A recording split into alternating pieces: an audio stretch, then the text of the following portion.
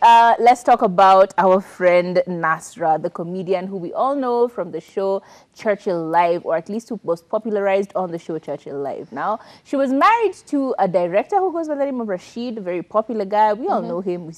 There he is. We all know him. We've all seen him. And they were married for a significant a while until somehow, after 5 years of being married, they had some irreconcilable issues. Usually you say irreconcilable somethings, and unfortunately they couldn't get back together, or they couldn't stay together, right? But she says later on, as she recounts the story, she tells us how she actually really feels like she was very cheap. She was too available to him, right? She says, one, he slid into her DMs and she liked him a lot more than he liked her. And so she didn't even let him go through the tunnels, doing all the roundabouts that men usually do to declare their love to you, to declare their interest in you. She pretty much just kind of gave herself away to him, yeah? And they ended up in a relationship, and then they ended up getting married, and then they ended up getting divorced back in 2022.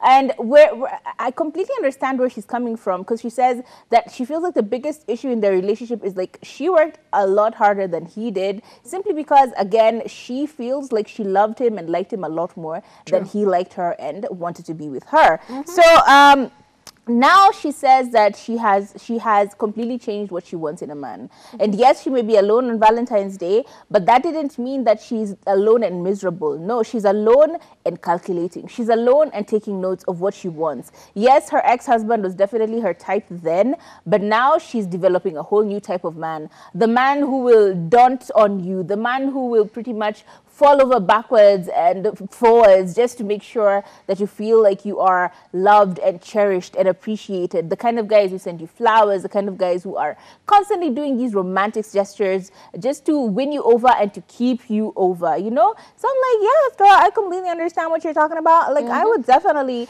see myself like looking back and thinking about, why the hell was I with that person? Like, how the hell did I end up with that person? Yeah. What on God's green earth pushed me to accepting such nonsense? Very few times have I been with horrible men, but the one or two times, like once, maybe once, let's call it once, the one or two times, just to give myself grace. That one, he was a very big meh, and I cannot fathom how, for the life of me, I accepted that boozy treatment. Like, it is insane. It's insanity. It's stupid. It's nonsensical. At the time, it's always because you feel them a lot more than they do. True. That's usually the underlying problem. You like them a lot more than they do you. And immediately that happens, there's an imbalance. True. You'll be the one bending over backwards and forwards just to make sure that he stays in your life and stuff like that. And I will always heed to the advice my mother gave me. And I give it to you now. You always want to marry a man who loves you a lot more than you love them. True. And this is why. Even when they love you a little less, they will always love you more.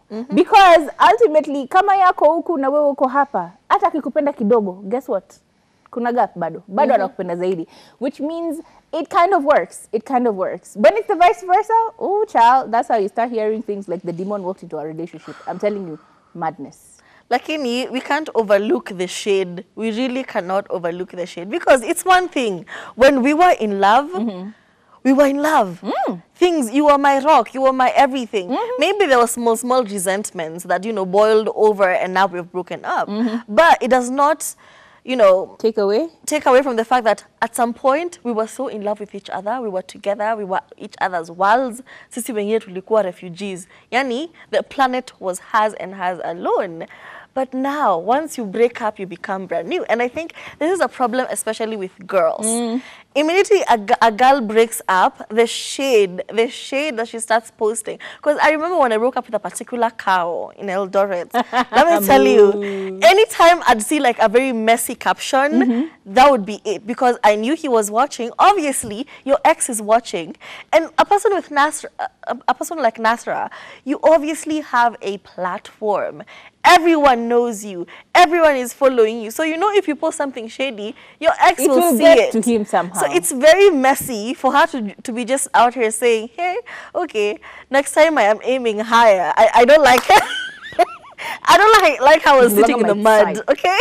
That was the ghetto. I'm aiming higher. And maybe this man was like busting his behind just to provide, you know, to give you what he thought was all he could do. And here you are, just pouring mud on that poor man's effort. You're like, you know what? That was nonsense you were doing. Sometimes it's aiming important. higher. Grieve. Grieve how you want to grieve is how I say it. Grieve. But you know what? Always choose violence, okay? Always choose violence. It's better.